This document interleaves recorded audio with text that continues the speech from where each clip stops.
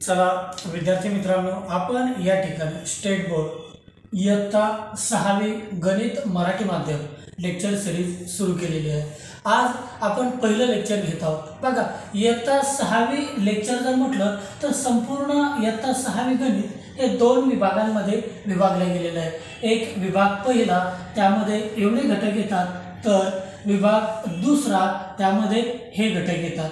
तर हे आपण स्टेप बाय स्टेप घेत चालणार आहोत। बघा, तर आज घेऊयात आपण विभाग पहिला। पहिल्या विभागामधील पहिला घटक भूमितीतील मूलभूत संबोध आपण या ठिकाणी शिकणार आहोत। तत्पूर्वी आपल्याला माहिती असणाऱ्या काही गोष्टींचा वापर करून आपण शिकत असतो बघा, आणि त्याच वेळी आपल्याला शिक्षण हे सोपं जात असते। तर या ठिकाणी आपण चला चर्चा करू। यामध्ये या ठिकाणी एक रांगोळी दिलेली आहे, ही जी रांगोळी आहे अर्धी काढून दिलेली आहे आणि ती पूर्ण करावयाची, आणि मग सांगितलं रांगोळी पूर्ण करा, आणि रांगोळी पूर्ण करून झाल्यावर खालील प्रश्नांच्या मदतीने वर्गात चर्चा करा। तर मग आपण सुरुवातीला ही रांगोळी पूर्ण करूया। बघा, आता या रांगोळीचा जर विचार केला तर या रांगोळीमध्ये जर म्हटलं तर बिंदूंचा वापर करून रांगोळी तयार केली। बघा, हा एक बिंदू, 2 3 4 5 6 7 8 9 10 11, म्हणजे एका लाईन मध्ये आपल्याला या ठिकाणी 11 बिंदू सांगता येतात। अशा किती लाईन आहेत मोजूत बरं? बघा, 1 2 3 4 5 6 7 8 9 10 11, म्हणजे थोडक्यात 11 बाय 11 रांगोळी आपल्याला या ठिकाणी सांगता येते। आणि मग आता ते आपल्याला पूर्ण करावयाची, मग पूर्ण करावयाची म्हटलं तर या साईडला काढलेली आहे बघा रांगोळी, पूर्ण केलेली आहे बिंदू जोडून, या साईडला केलेली आहे इथपर्यंत, आणि मग हा जो भाग आहे त्याच प्रकारे ॲज इट इज या साईडला आपल्याला तयार करावयाचा। तर मग आपल्याला बिंदू जोडताना असे जोडावे लागतील बघा, ह्या बिंदूपासून तर या बिंदूपर्यंत, या बिंदूपासून या बिंदूपर्यंत, आणि हे एक लाईन आपल्याला रेषा मारून दिलेलीच आहे ऑलरेडी।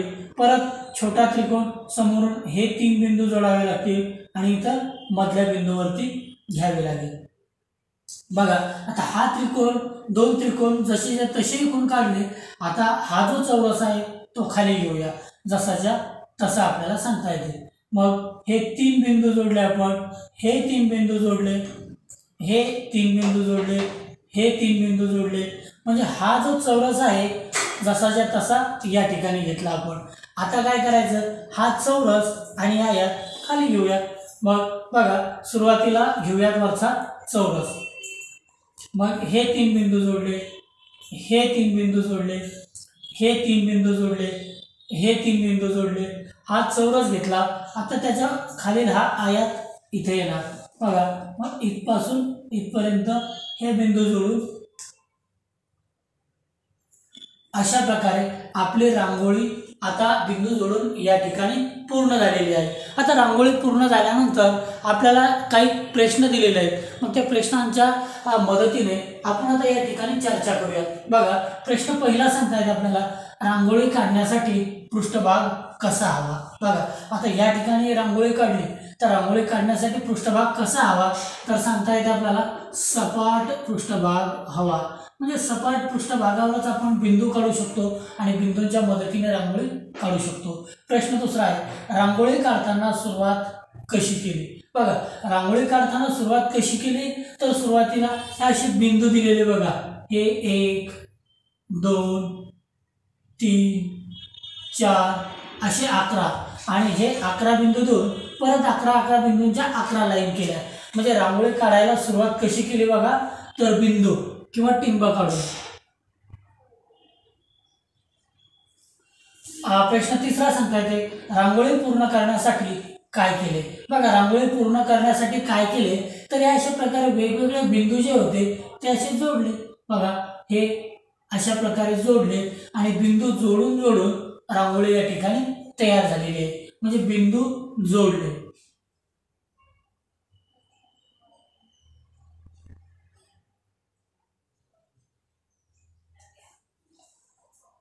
मागे आणि परत जोडले कसे, तर जी अर्धी रांगोळी काढून दिलेली होती बघा, म्हणजे हे 2 त्रिकोण बघा, हा एक त्रिकोण, हा दुसरा त्रिकोण, हे पाहिले आणि जसेचे तसे इकडून त्रिकोण तयार केले बिंदू जोडून, हा चौरस पाहिला आणि तसेच बिंदू जोडून या ठिकाणी चौरस तयार केला, हा चौरस आणि आयात पाहिला, खालून चौरस आणि आयात बिंदू जोडून तयार केला. म्हणजे अशा प्रकारे रांगोळी बिंदू जोडून पूर्ण केली. पुढे सांगता येते रांगोळीत तुम्हाला कोणकोणते आकार दिसतात. बघा, यापूर्वीच्या इयत्तांमध्ये आपण वेगवेगळे भौमितिक आकार शिकलेलो आहोत की ज्यामध्ये चौरस, चौकोन, आयात. बघा, चौकोन, आयात, त्रिकोण. आता ह्यामध्ये जर म्हटलं तर बघा ह्या आकृतीमध्ये काय काय दिसतंय, हे दिसतोय बघा चौरस. म्हणजे पहिली आकृती दिसते आपल्याला या ठिकाणी चौरस आकाराची. मग चौरस किती आहेत बघा, 1 2 3 4 5 6 आणि 7 चौरस आहे. त्यानंतर दिसते बघा आयत. बघा, हा एक आयत, हा दुसरा आयत. म्हणजे दुसरी आकृती दिसते बघा या ठिकाणी आयत. आणि तिसरी आकृती दिसते बघा त्रिकोण. हा त्रिकोण, हा त्रिकोण, इकडून हा त्रिकोण, हा त्रिकोण. म्हणजे दिलेल्या आकृतीमध्ये आपल्या असं लक्षात आलं बघा, तर चौरस दिसत आहे, आयत दिसत आहे आणि त्रिकोण दिसत आहे. म्हणजे 3 आकृत्या या ठिकाणी भौमितिक आकार आपल्याला दिसतात. 5वा प्रश्न सांगतात स्कूटरवर किंवा हत्तीच्या पाठीवर रांगोळी काढता येईल का. बघा, आता या ठिकाणी सपाट पृष्ठभाग होता, मग त्यावरती आपण बिंदू देऊन रांगोळी काढू शकलो.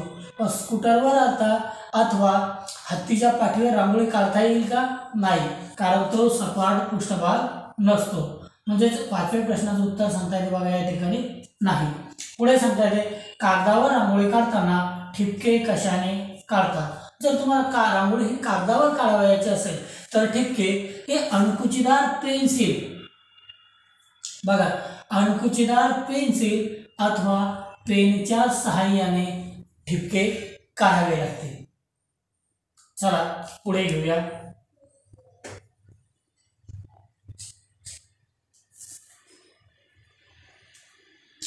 बघा, आता आपल्याला या ठिकाणी काही बेसिक गोष्टी शिकावायच्या.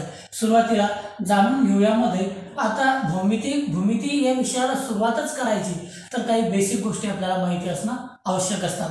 त्यामध्ये पहिली बेसिक गोष्ट आहे बघा बिंदू. बिंदू म्हणजेच आपण आधी रांगोळीमध्ये त्याला ठिपके म्हटलं होतं. बिंदू म्हणजेच रांगोळीमध्ये त्याला ठिपके म्हटलं होतं. उदाहरणार्थ आपण या ठिकाणी पेन अथवा पेन्सिलने असा एक ठिपका दिला तर त्याला नाव काय देता येते, बिंदू. आणि मग याला हे जो बिंदू आहे नुसतं बिंदू म्हणून चालणार नाही तर त्याला नाव पण देऊ शकतो. बघा आपण ए, बघा हा दुसरा ठिपका ह्याला बी म्हणूयात, हा तिसरा ठिपका ह्याला पी म्हणूयात. म्हणजे अशा प्रकारे वेगवेगळे ठिपके आपण या ठिकाणी देऊन त्यांना ABCD ह्या अक्षरांचा वापर करून नाव देऊ शकतो. बरोबर आहे, ह्यांना म्हणावयाचे बिंदू.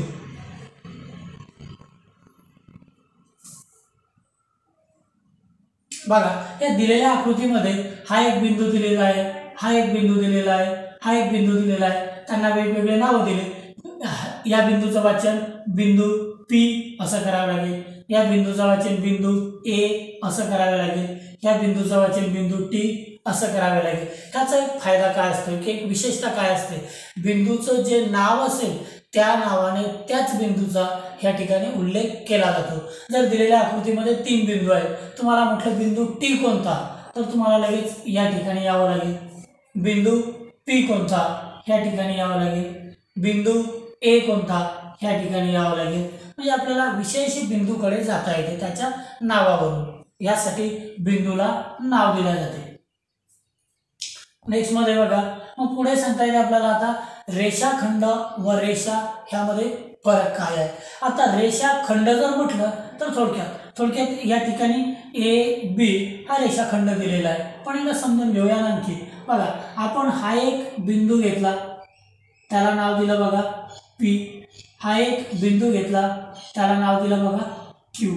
बरोबर आहे. आणि मग आपण पट्टी घेतली, आपण मोज पट्टी घेतली आणि त्यांना जोडून घेतलं.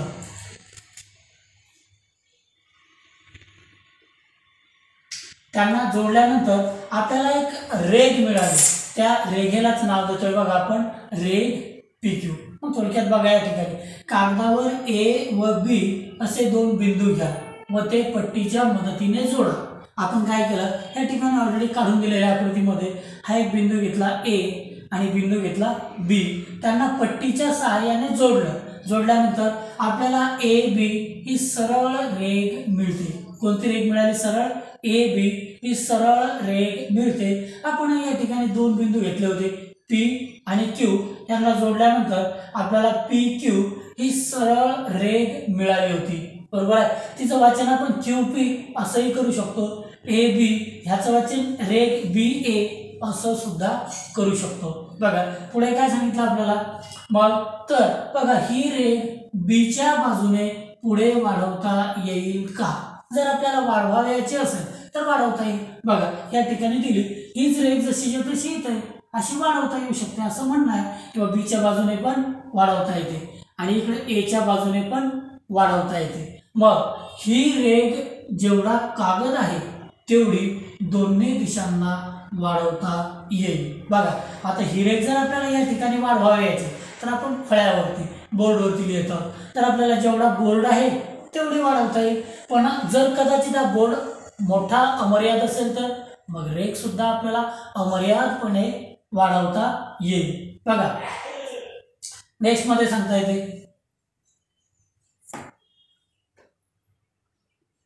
आता या ठिकाणी ही दुसरी आकृती दिलेली आहे। आता आपण अशी कल्पना करू की ही रेघ दोन्ही बाजूंना अमर्याद वाढवता येईल, अशा आकृतीला रेषा म्हणतात। बघा थोडक्यात या ठिकाणी एक गोष्ट लक्षात घ्या, आपली ही जी पहिली रेघ होती, बरोबर आहे, इथं A हा एक बिंदू दिला, या साईडला इथं B हा एक बिंदू दिला, पण हे बिंदू काय झाले तर या रेघ AB चे अंत्यबिंदू झाले। जर इथं असा बिंदू दिलेला असेल तर बिंदू बिंदूंची जोडून हे एक रेघ तयार होते, पण बिंदू इथं हा मर्यादितता दाखवतो, ह्याच्या पुढे रेघ या आकृती तशी आपल्याला वाढवता येईल, पण या आकृतीमध्ये काय सांगितलं की ती त्यासमोर नाही आहे, तो याचा अंत्यबिंदू आहे। बघा जर असा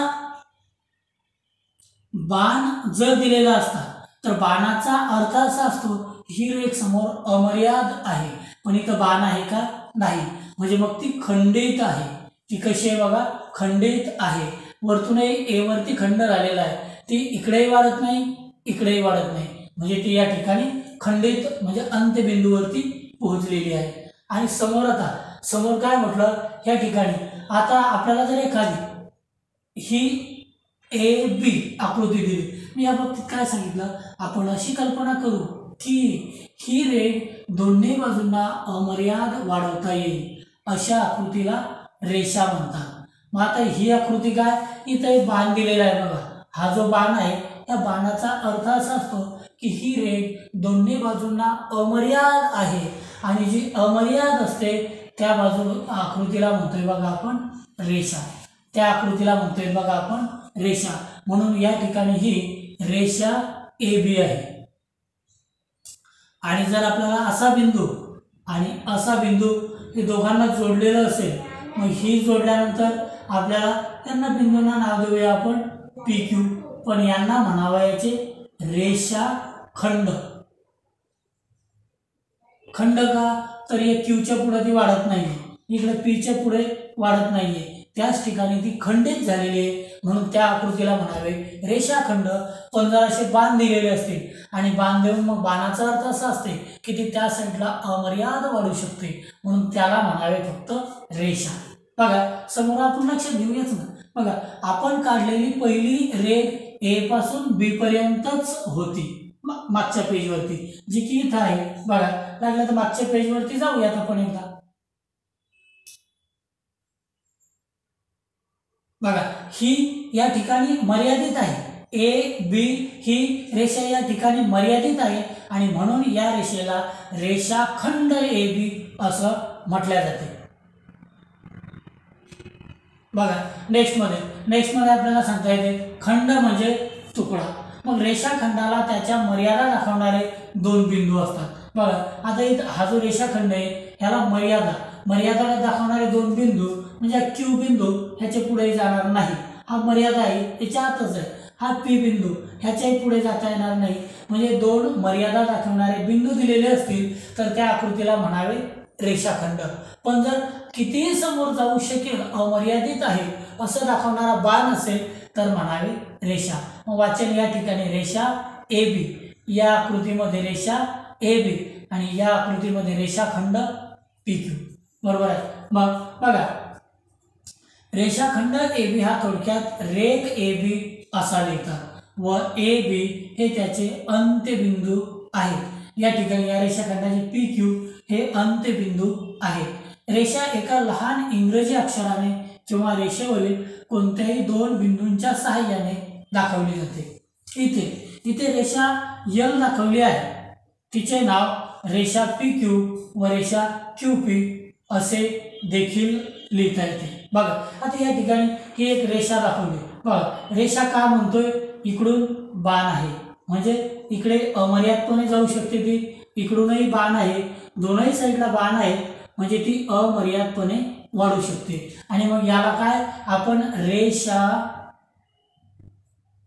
पी क्यू असंही वाचन करू शकतो किंवा रेषा क्यू पी म्हणजे पी क्यू किंवा क्यू पी असं देखील वाचन करू शकतो. या रेषाखंडाचं पण तसंच रेषाखंड पी क्यू किंवा रेषाखंड क्यू पी असं सुद्धा वाचन करू शकतो.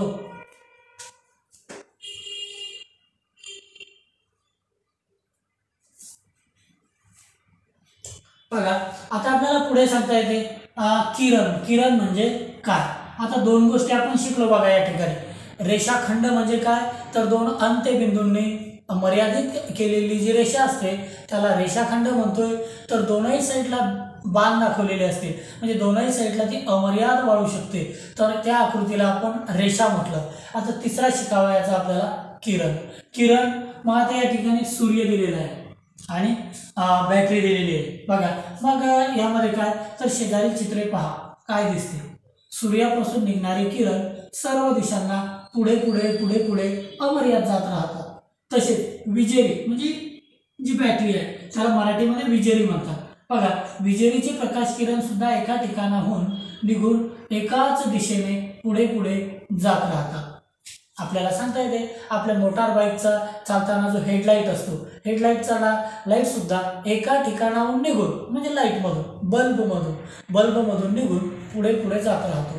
त्याचप्रमाणे या ठिकाणी विजेरीमधून निघणारे प्रकाश किरण एका ठिकाणावरून म्हणजे बल्बमधूनच निघतात ते, बरोबर आहे. एका ठिकाणावरून निघून ते पुढे पुढे पुढे पुढे असे जात राहतात, बरोबर आहे. म्हणजे थोडक्यात काय, तर एका ठिकाणाहून निघून एकाच दिशेने पुढे पुढे जाणारी जी आकृती असते त्या आकृतीला किरण असे म्हणतात. बघा, अजून आपल्याला समोर सांगितलेलंच आहे.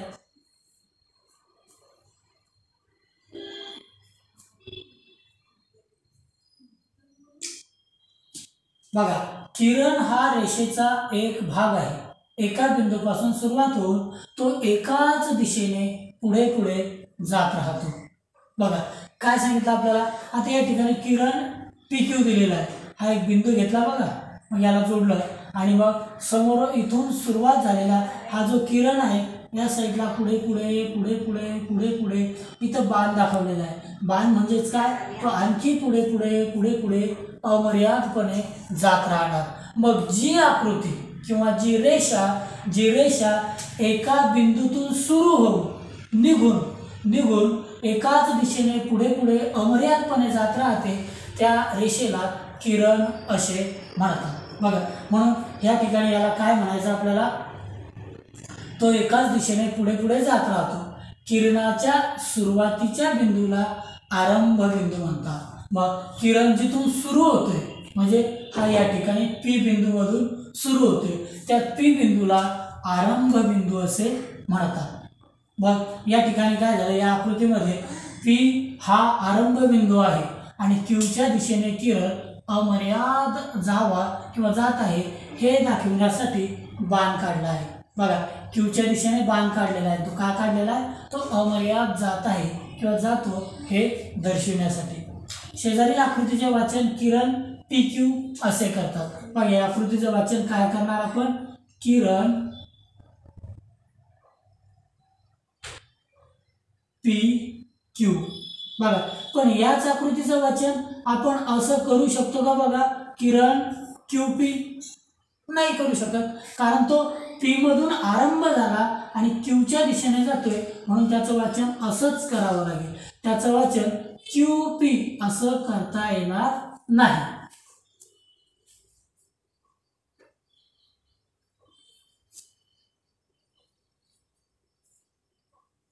बघा पुढे सांगता येते आता आपल्याला, हे करून पहा कृती.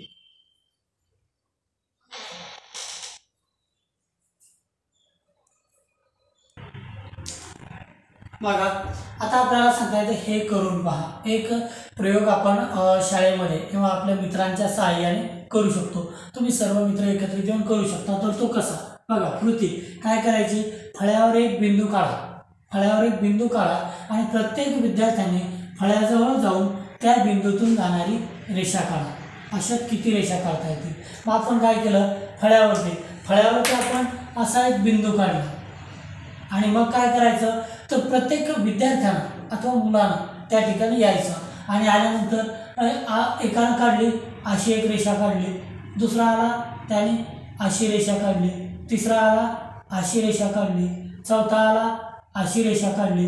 म्हणजे स्टेप बाय स्टेप काय करायचं, तर प्रत्येक विद्यार्थ्याने फळ्याजवळ जायचं आणि त्या बिंदूमधून जाणारी कोणत्याही दिशेकडून कोणत्याही दिशेकडे असो अशा रेषा काढावयाच्या.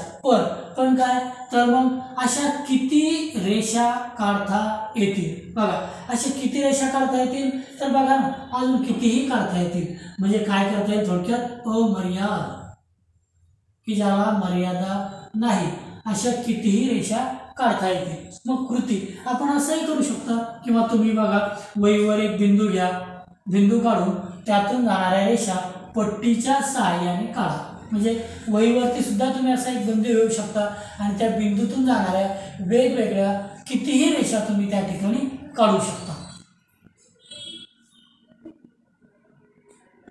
बघा मग वहीवर एक बिंदू काढून त्यातून जाणाऱ्या रेषा पट्टीच्या सहाय्याने काढा. अशा रेषा काढता येतील. किती रेषा काढता येतील हे आपण आधीच पाहिलं. वहीवर सुद्धा किती रेषा काढता येतील, अमर्याद, म्हणजे की ज्याला मर्यादा नाही. आणि मग लक्षात घ्या, तर अशा एका बिंदूतून असंख्य रेषा काढता येतात. असंख्य म्हणजे अमर्याद रेषा काढता येतात. आणि ह्या ज्या रेषा असतात बघा, ह्या रेषांना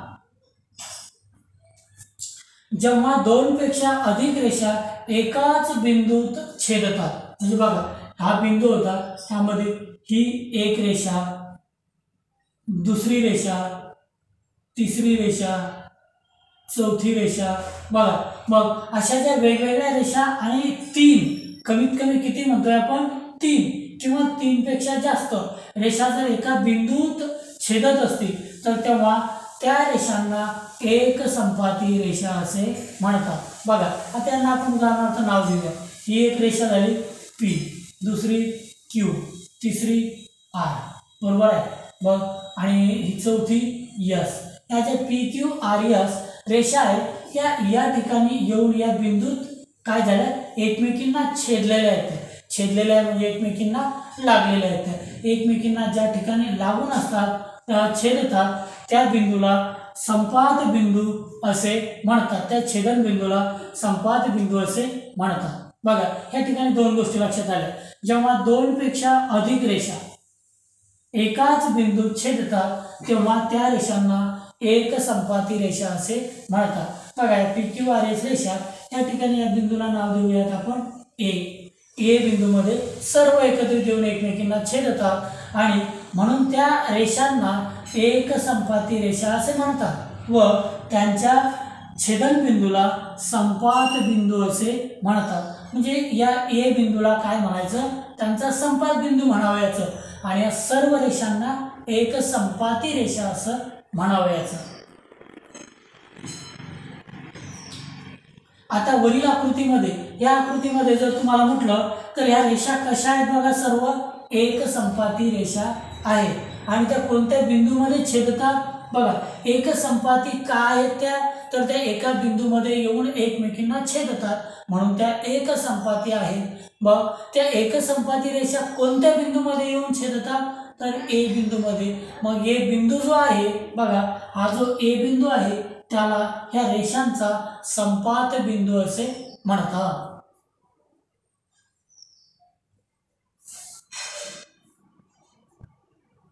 बघा आता सांगा भाऊ बरं, शेजारील आकृतीत 9 बिंदू आहेत, त्यांना नावे द्या. बघा आता या आकृतीमध्ये हे वेगवेगळे 9 बिंदू दिलेले आहेत. मग यांना नावे द्या. मग नावे द्यायची तर आपण देऊ शकतो. याला ए देऊया continue, A B C D E F G H आणि आय. बघा त्यातील कोणत्याही 2 बिंदूतून जाणाऱ्या किती रेषा काढता येतील. बघा आता काय, यातील कोणते तरी 2 बिंदू घेऊ. आपण घेतला एफ जी, त्यातून जाणारी किती रेषा काढता येतील. पहिली रेषा काढली बघा आपण एफ जी आणि संपलं ना. बघा अजून रेषा काढता येईल का, नाही. त्यालाच फक्त आपण डार्क करू शकतो, पण नवीन रेषा काढता येईल का, नाही. म्हणून आपल्या असं लक्षात आलं तर 2 भिन्न बिंदूमधून एक आणि एकच रेषा काढता येते. कुठलेही जर 2 भिन्न बिंदू असतील, वेगवेगळे बिंदू असतील, तर 2 बिंदूमधून एक आणि एकच रेषा काढता येते. या पुढे बघा, या 9 बिंदूंपैकी कोणते 3 बिंदू, 3 किंवा अधिक बिंदू एका सरळ रेषेवरती आहेत. बघा हे जर 9 बिंदूंचा आपण विचार केला या ठिकाणी, तर असे काही बिंदू दिसतात का तुम्हाला की जे 3 किंवा 3 पेक्षा अधिक बिंदू एका सरळ रेषेवरती आहेत, दिसतात. बघूयात. बघा मग हा दिसतात. बघा आता हे जर म्हटलं तर 2च आहे, हे म्हटलं तर 2च बिंदू म्हणजे जोडू शकतो आपण, ते सरळ रेषेवर नाही. बरोबर आहे. म्हणजे थोडक्यात कोणतेही 2 बिंदू सरळ रेषेवर आहेत असं नाही म्हणता येणार, कारण कोणत्याही 2 बिंदूंना आपण जोडू शकतो आणि त्यांना जोडून एक सरळ रेषा तयार होते. पण 3 अथवा 3 पेक्षा जर जास्त एका सरळ रेषेवर येत असतील तर त्यांना एका सरळ रेषेवरील बिंदू म्हणावे. मग या ठिकाणी ए सी जी आय हे बिंदू बघा बरं, आपण एका सरळ रेषेवरती येतात. बरोबर आहे. मग हे 4 बिंदू जे आहेत ए सी जी आय हे एका सरळ रेषेवरती येतात. मग आपल्याला सांगता येते जे 3 किंवा अधिक बिंदू एका सरळ रेषेत असतात त्यांना एकरेषीय बिंदू असे म्हणतात. मग हा एक मुद्दा आपला क्लिअर झाला. ज्यावेळी कोणतेही 3 बिंदू अथवा 3 पेक्षा जास्त, मग ते कितीही असो, जर एका सरळ रेषेवर येत असतील तर त्यांना एकरेषीय बिंदू असे म्हणतात. मग या 9 बिंदूंपैकी कोणते 3 किंवा अधिक बिंदू एका सरळ रेषेवर येत नाही. मग कोणते 3 किंवा अधिक बिंदू एका सरळ रेषेवर येत नाहीत, मग कोणते, ह्यातले कोणतेही 2 घ्या, इकडचं आहे. मग थोडक्यात कोणतेही बिंदूंना आपण या ठिकाणी जसं ई, आता ई एफ जी हे सुद्धा सरळ रेषेवरती येतात, हे सुद्धा सरळ रेषेवरती येतात. पण आपण म्हटलं बी ई एफ किंवा ए बी सी किंवा C B F B C G असे हे जे बिंदू आहेत ते एका सरळ रेषेवर येत नाहीत. मग आता आपल्याला असं लक्षात आलं तर आपण आधी काय म्हटलं, एकरेषीय कोणते, जे 3 किंवा 3 पेक्षा जास्त म्हणजे अधिक बिंदू एका सरळ रेषेत येतात त्यांना एकरेषीय बिंदू असे म्हणतात. त्यांना एकरेषीय बिंदू असे म्हणतात. पण जे बिंदू एका सरळ रेषेवर येत नाही किंवा नसतात त्यांना नैकरेषीय, नैक म्हणजे न एकरेषीय म्हणजे एका रेषेवर नसणारे म्हणजे नैकरेषीय बिंदू असे म्हणतात. या ठिकाणी आपल्या हा पण संबोध क्लिअर झालेला आहे. तर एकरेषीय 3 अथवा 3 पेक्षा जास्त एका रेषेवर, नैकरेषीय 3 अथवा 3 पेक्षा जास्त एका रेषेवर नसणे म्हणजे नैकरेषीय बिंदू असे म्हणतात.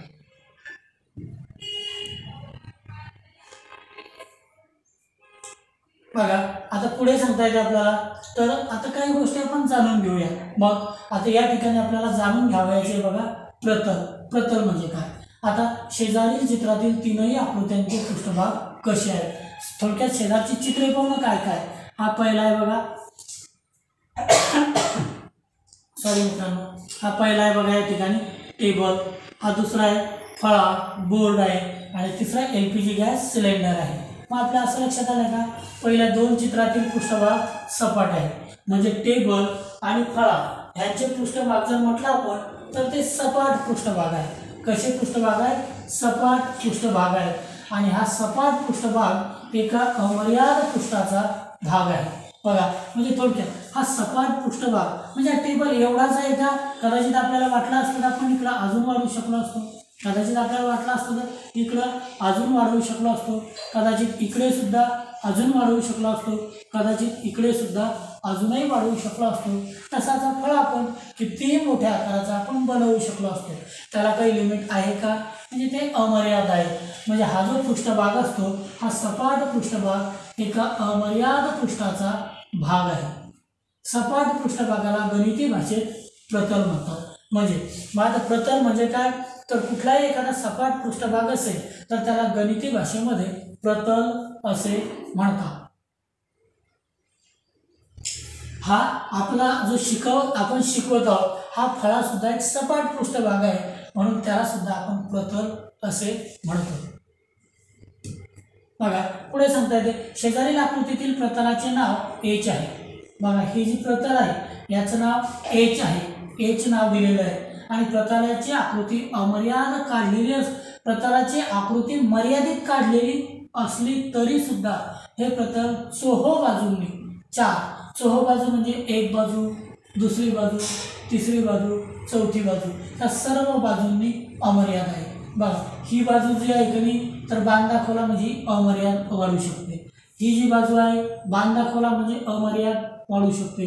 ही बाजू बाण दाखवला म्हणजे अमर्याद वाढू शकते. खालची सुद्धा बाजू जी आहे ती अमर्याद वाढू शकते. म्हणजे थोडक्यात काय तर दिलेल्या प्रतलाच्या बाजू ह्या चोहो बाजूंनी अमर्याद आहेत आणि हे दर्शविण्यासाठी प्रतल सर्व दिशांना अमर्याद असते आणि ते अमर्याद दर्शविण्यासाठी बाणांनी दाखवले आहे. बाण आपण रेषेमध्ये सुद्धा शिकलो ना की अमर्यादता दर्शविण्यासाठी बाणाचा उपयोग केला जातो, परंतु अनेकदा सोयीसाठी हे बाण काढले म्हणजे प्रतलावर बाण बघा काढला किंवा नाही काढला तरी ते अमर्याद असते. म्हणजे अनेकदा आता एक प्रतल काढतो मी, आता यावरती बाण काढले का आपण नाही, पण तरी सुद्धा ते अमर्याद असते. आणि जर आपल्याला दाखवायचंच असेल तर आपण बाण काढून दाखवू शकतो, पण हे बाण नाही जरी दिले तरी प्रतल अमर्याद असते.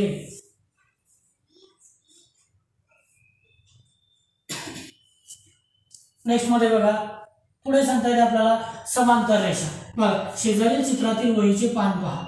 वहीचे पान हा प्रतलाचा भाग आहे का?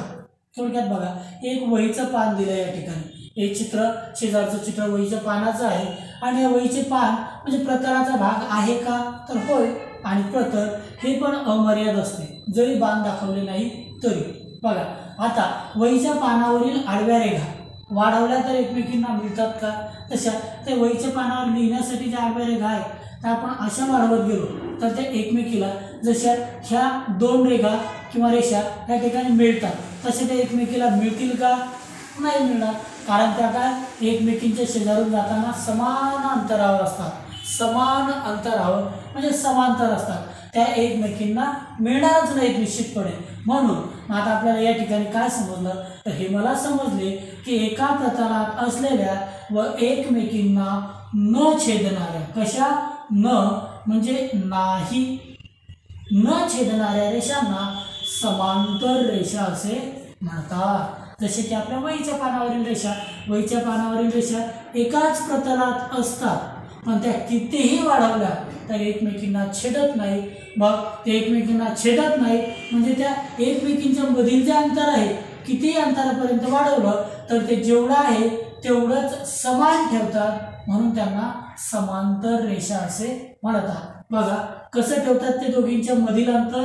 समान अंतर म्हणजे समांतर ठेवतात आणि समांतर ठेवतात म्हणून त्या रेषांना समांतर रेषा असं म्हणतात.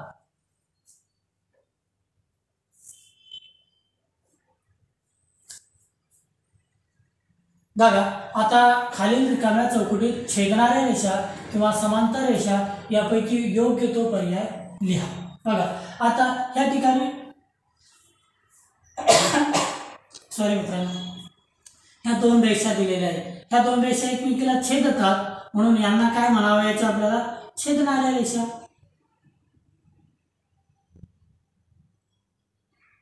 आता ह्या दोन रेषा ज्या आहेत ह्या काय कितीही अंतरापर्यंत वाढवत नाही तरी एकमेकींना छेदणार नाही.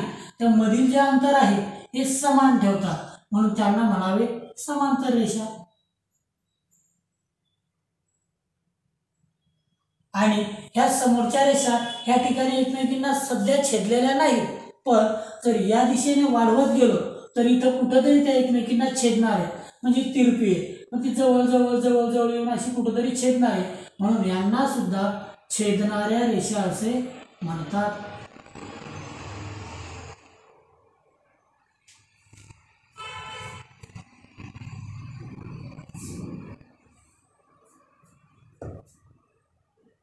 बघा आता गणित माझा सोबती मैदानावर व आकाशात.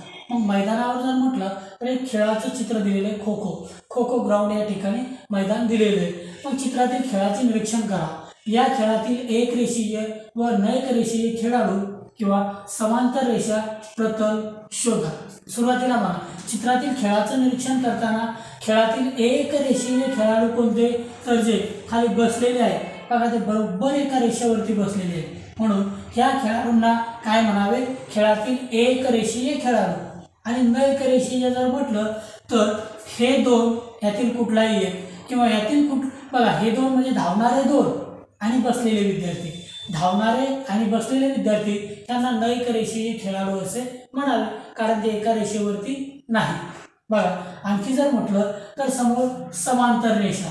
समांतर रेषा म्हणजे त्यामध्ये ह्या ज्या आडव्या रेषा दिलेल्या आहेत का त्या समांतर आहेत. बघा त्यांना समांतर रेषा म्हणावे. आणि प्रतल म्हणजे काय तर हे संपूर्ण जे मैदान आहे हे एक प्रतल आहे. संपूर्ण मैदान म्हणजेच एक प्रतल आहे. बघा आणखी जानेवारीमध्ये संध्याकाळी समान 7 नंतर म्हणजे 7 संध्याकाळचे 7 वाजेनंतर 7 वाजल्यानंतर आकाशात पूर्वेकडे मृग नक्षत्र दिसते. नंतर ते हळूहळू आकाशात वर जाते. या नक्षत्रात एका सरळ रेषेत 3 तारे दिसतात का. बघा हे मृग नक्षत्र आहे आणि जानेवारीमध्ये आकाशात पूर्वेच्या दिशेला दिसते ते आणि दिसल्यानंतर ते वरती वरती जात राहते. ह्याला नाव काय बघा मृग नक्षत्र. मग बघा बरं यामध्ये हे तारे जे आहेत हे 3 तारे बरोबर एका सरळ रेषेत दिसतात का म्हणून या 3 ताऱ्यांना एक रेषीय बिंदू असे म्हणतात. आणखी त्याच रेषेवर काही अंतरावर एखादा ठळक तारा दिसतो का. बघा ही जी एक रेषा जर जोडली तर आणखी काही अंतरावर म्हटलं हा सुद्धा बिंदू ते एका रेषेवर येतो म्हणून हाच बिंदू म्हणजे तारा. हे तारे 4 तारे मृग नक्षत्रामध्ये एक रेषीय तारे त्यांना म्हटले जाते.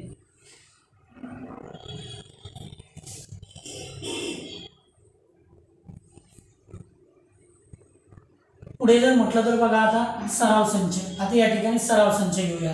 सराव संचामध्ये शेजारील आकृतीवरून नावे लिहा. बघा एक रेषीय बिंदू. आता या ठिकाणी एक रेषीय बिंदू थोडक्यात आपण काय म्हटलं होतं 3 अथवा 3 पेक्षा जास्त बिंदू जर एका रेषेवर येत असतील तर त्यांना एक रेषीय बिंदू असे म्हणावे. मग ही जी रेषा आहे यामध्ये MOT हे एक रेषीय बिंदू आहेत. बघा मग कोणकोणते बिंदू M बिंदू O बिंदू T हे कसे आहेत बघा एक रेषेवरती आहेत. आणखी समजून घ्या RON हे सुद्धा एक रेषीय बिंदू आहे. नंतर किरण कोणता आहे या ठिकाणी बघा किरण कोणाला म्हणायचं तर जो एका आरंभ बिंदूतून कुठून तरी बघा एका आरंभ बिंदूतून सुरू होऊन एकाच दिशेला अमर्याद जातो त्याला म्हणावे किरण. मग कोणता आहे या ठिकाणी बघा हा अमर्याद इथून सुरू झाला पण इकडं अमर्याद जाते म्हणजे किरण OS. आणखी कोणता आहे बघा किरण OP इथून सुरू झाला आरंभ बिंदूतून पण वरती एकाच दिशेने अमर्याद असतो. किरण एका आरंभ बिंदूतून सुरू होऊन एका दिशेने अमर्याद असतो. मग किरण कोणकोणते बघा, पहिला सांगता येते किरण OS, दुसरा सांगता येते बघा किरण OP. आणि किरणचं अंतर जसं वाचन जसं आपण OP केलं पण PO करू शकतो का, नाही. तर त्याचं वाचन आरंभ बिंदूकडून अमर्याद जाणाऱ्या बिंदूकडेच करावं लागत असते. पुढे रेषाखंड. आता या ठिकाणी रेषाखंड दिलेला आहे का, नाही. रेषाखंड या ठिकाणी नाही. आणि रेषा, रेषा म्हटलं तर आपण म्हटलं होतं ना, रेषा कोणती, तर जी दोनही बाजूंनी अमर्याद असते त्याला म्हटलं रेषा. मग रेषा कोणत्या सांगता येतील, त्या ठिकाणी MT ही एक रेषा आहे आणि RN ही एक रेषा आहे. म्हणजे रेषा MT आणि दुसरी रेषा RN, ह्या दोन रेषा आहेत. आणि रेषाखंड जर म्हटलं तर हा M पासून T पर्यंतचा जो भाग आहे तो रेषा MTचा एक तुकडा आहे किंवा भाग आहे, त्यावेळी त्याला रेषाखंड म्हणावे लागेल किंवा म्हणता येईल. आता ही जी रेषा आहे थोडक्यात काय, तर हा पहिला आपण एक काढला बघा MN, ह्याला म्हणूया रेषाखंड, ह्याला म्हणूया रेषाखंड, कारण तो या दोन बिंदूंमध्ये मर्यादित आहे. पण याला आणखी पुढे वाढून आपण बाण दाखवला तर आता दोन्ही साईडला जर बाण दाखवला तर आता ही रेषा होते. आणि या रेषा MNचा M पासून N पर्यंत बिंदूच्या मधील भाग, फक्त मधील भाग, ह्याला म्हणूया, त्या रेषेचा तो भाग आहे तो रेषाखंड, त्या रेषेचा फक्त एक तुकडा आहे, बिंदूच्या मधील मर्यादित भाग. चला पुढे पाहूया.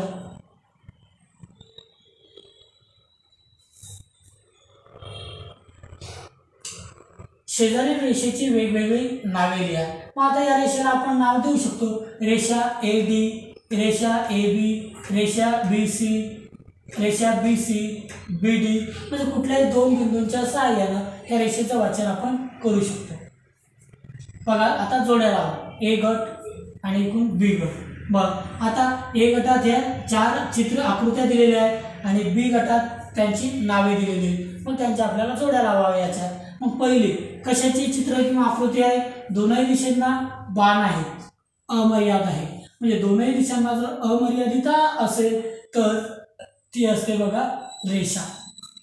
दुसरं, या दोन बिंदूंच्या मध्ये मर्यादित आहे, मर्यादित आहे म्हणजे खंडित आहे, म्हणजे तो आहे बघा रेषाखंड. तिसरे 4 बाजूंनी तयार झालेली आकृती, पण एक प्रतल म्हणतोय आपण त्याला, एक प्रतल आहे.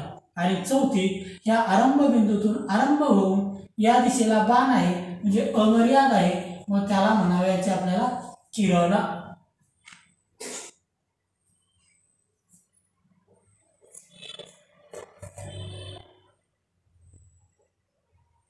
आता पुढे खालील आकृतीचे निरीक्षण करा, त्यातील समांतर रेषा, एकसंपाती रेषा व संपात बिंदू यांची नावे लिहा. बघा आता या पहिल्या आकृतीचा विचार करा फक्त. बघा पहिलीमध्ये सुरुवातीला फक्त सर्वांचा विचार करूया समांतर रेषांसाठी. समांतर रेषा म्हणजे कितीही वाढवल्या तर त्या एकमेकींना छेदणार नाहीत. मग समांतर रेषा कोणकोणत्या आहेत, तर बघा ही एक पहिली एक रेषा B. समांतर मध्ये काय सांगता येते, एक पहिली रेषा B. परत ही दुसरी M. बघा कितीही वाढवल्या तरी काय सांगता येतं, त्या एकमेकींना छेदणार नाही, M. तिसरी रेषा Q. म्हणजे या रेषा B, M आणि रेषा Q ह्या कशा आहेत बघा, तर एकमेकीला समांतर आहे. त्या कितीही वाढवत नेल्या B, M, Q ह्या कितीही वाढवत नेल्या तर एकमेकींना छेदत नाही, म्हणजे त्या समांतर रेषा आहेत. पुढे एक संपाती रेषा. आता एक संपाती म्हणजे काही रेषा ज्या एका बिंदूमध्ये एकत्रित येऊन एकमेकींना छेदत असते तर त्यांना एक संपाती रेषा असं म्हणतोय. मग आता ह्या एका रेषेवरती येऊन त्या रेषा एकमेकींना छेदतात म्हणून त्यांना एकमेकीच्या एकसंपाती रेषा असे म्हणतात. मग एकसंपाती रेषा कोणकोणत्या आहेत इथं?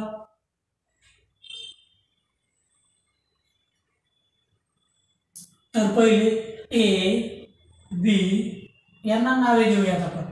रेषा ए, रेषा बी, रेषा सी.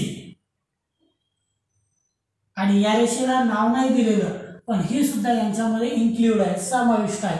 मग त्या सर्व या ठिकाणी बिंदू ए मध्ये एकमेकींना छेदतात. त्याच प्रकारे ह्या समोरच्या रेषा, समोरच्या सुद्धा बघा पी क्यू आणि ही एक आडवी रेषा बघा, ह्या सुद्धा एक संपाती रेषा आहेत. म्हणजे ज्या रेषा एका बिंदूत येऊन एकमेकींना छेदतात त्यांना एक संपाती रेषा असे म्हणतात. पुढे सांगता येते बघा संपात बिंदू.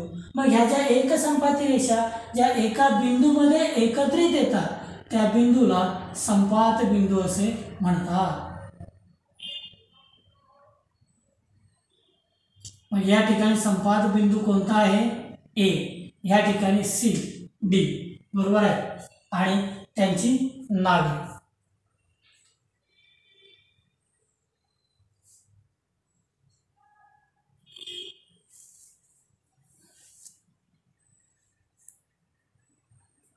बघा आता एक थोडी गमतीमध्ये आपण थोडंसं शिकूया.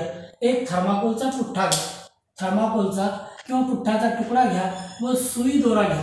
दोऱ्याच्या एका टोकाला मोठी गाठ मारा किंवा एखादे बटन बांधा. दुसरे टोक सुईत होऊन सुई पुठ्ठ्याच्या खालून टोचून वर काढून घ्या आणि सुई दोरा वर आला आहे त्या बिंदूला पी बिंदू नाव द्या.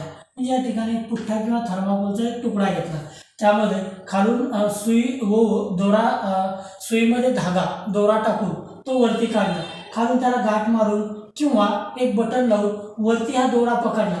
हा दोरा कोणत्याही दिशेला आपल्याला, हा इकडून पकडलेला आहे तो इकडे इकडे इकडे इकडे, हा कुणीकडेही घेता येईल.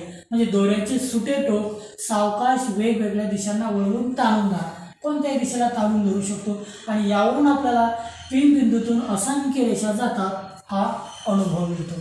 म्हणजे जसे हा धागा वेगवेगळ्या कितीही दिशांना तो बघा इकडे इकडे इकडे इकडे इकडे फिरवता येतो. तशाच पद्धतीत एका बिंदूतून वेगवेगळ्या प्रकारच्या असंख्य रेषा काढता येतात. हा अनुभव आपल्याला या ठिकाणी येतो. तर विद्यार्थी मित्रांनो, आपण अशाच प्रकारे संपूर्ण गणित हे तुमच्या भाषेमध्ये, तुमच्या खेळ भाषेमध्ये किंवा खेळण्याच्या भाषेमध्ये शिकणार आहोत. तुमचा तो प्रत्येक संकल्पना, प्रत्येक संबोध हा परफेक्ट होणार आहे. अशाच प्रकारे संपूर्ण लेक्चर सिरीज बघत राहा. जर मी शिकवलेला व्हिडिओ तुम्हाला चांगल्या प्रकारे समजला असेल तर निश्चितपणे या व्हिडिओला लाईक करा. जर चॅनलवरती पाहताना तुम्ही नवीन असाल तर चॅनल सबस्क्राईब करा व बेल आयकॉनला प्रेस करून नोटिफिकेशन्स ऑन करा, जेणेकरून ह्यानंतर अपलोड केलेल्या व्हिडिओच्या सूचना या सर्वात अगोदर तुम्हाला मिळतील आणि सर्वात अगोदर तो व्हिडिओ तुम्ही पाहाल, तो व्हिडिओ तुमचा चुकणार नाही. आणि सोबतच इयत्ता 6व्या वर्गातील तुमच्या सर्व मित्रांना शेअर करा. आणि शिक्षक मित्रांना सुद्धा माझी एक विनंती असेल की तुमच्या वर्गातील इयत्ता 6वी मधील सर्व विद्यार्थ्यांना हे व्हिडिओ लेक्चर शेअर करा. धन्यवाद.